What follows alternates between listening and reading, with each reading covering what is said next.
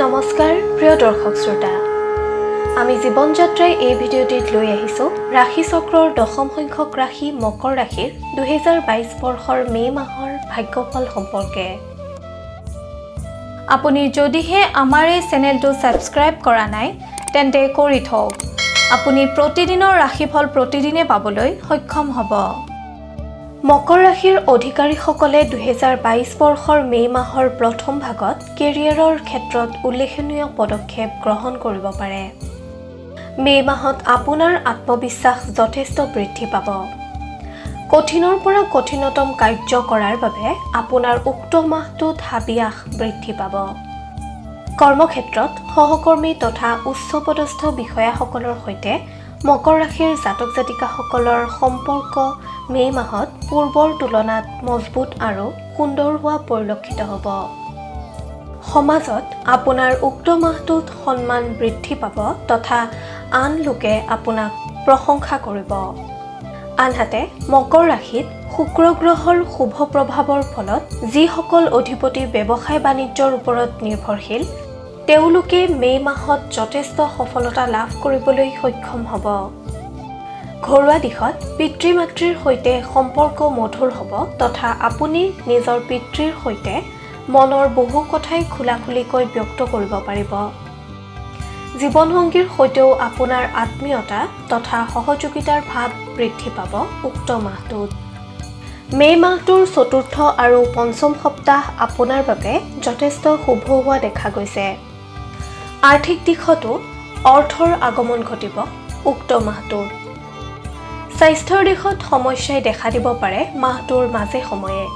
আপুনি কৰ্মৰ মাজতে বিশ্ৰাম লোৱাটো সমানে প্ৰয়োজন মাহটোৰ শেষৰ ফালে আপোনাৰ ধাৰ্মিক কাৰ্যৰ প্ৰতি মন আকৰ্ষিত হ'ব পাৰে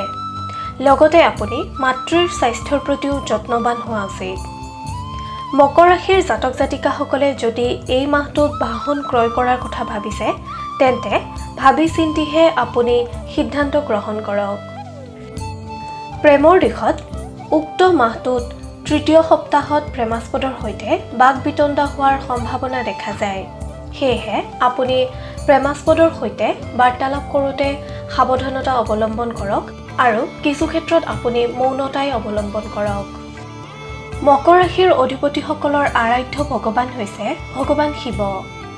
আপোনাৰ শুভ ৰং আকাশী শুভ সংখ্যা 10 আৰু 11 শুভ দিশ দক্ষিণ দিশ শুভ ধাতু লোহা আৰু ৰূপ শুভ ৰত্ন নীলম পান্না আৰু হীৰা শুভবাৰ শনিবাৰ বৃহস্পতিবাৰ তথা শুক্ৰবাৰ মকৰ ৰাশিৰ অধিপতিসকলৰ উক্ত মাহটোৰ শুভ তাৰিখসমূহ হ'ল 4, 6, 8, 14, 16, 17, 20, 21, 24 আৰু 26 তাৰিখ ইয়াৰ বিপৰীতে অশুভ তাৰিখসমূহ হ'ল 2, 5, 9, 10, 18, 19, 23, 27 আৰু 28 তাৰিখ এনেদৰে আপোনাৰ ৰাশিৰ ফল আমি সদায় আপোনাৰ ওচৰলৈ আনিবলৈ যত্ন কৰিম আপোনাৰ দিহা পৰামৰ্শ আমাক কমেন্ট যোগে প্ৰেৰণ কৰক আপোনাৰ পৰামৰ্শই আমাক অধিক কৰ্মশীল কৰিব আপোনাৰ ৰাশিফল প্ৰতিদিনে জানিবলৈ অনুগ্ৰহ কৰি জীৱন যাত্ৰা চেনেলটো সাবস্ক্ৰাইব কৰক আৰু কাষতে থকা বেল আইকনটো দবাবলৈ নাপাহৰিব মকৰ ৰাশিৰ জাতক জাতিকাসকলৰ মে মাহটো শুভ হোৱাৰ কামনাৰে আমি জীৱন যাত্ৰাৰ সমূহ পৰিয়ালে আজিলৈ লৈছো বিদায় ধন্যবাদ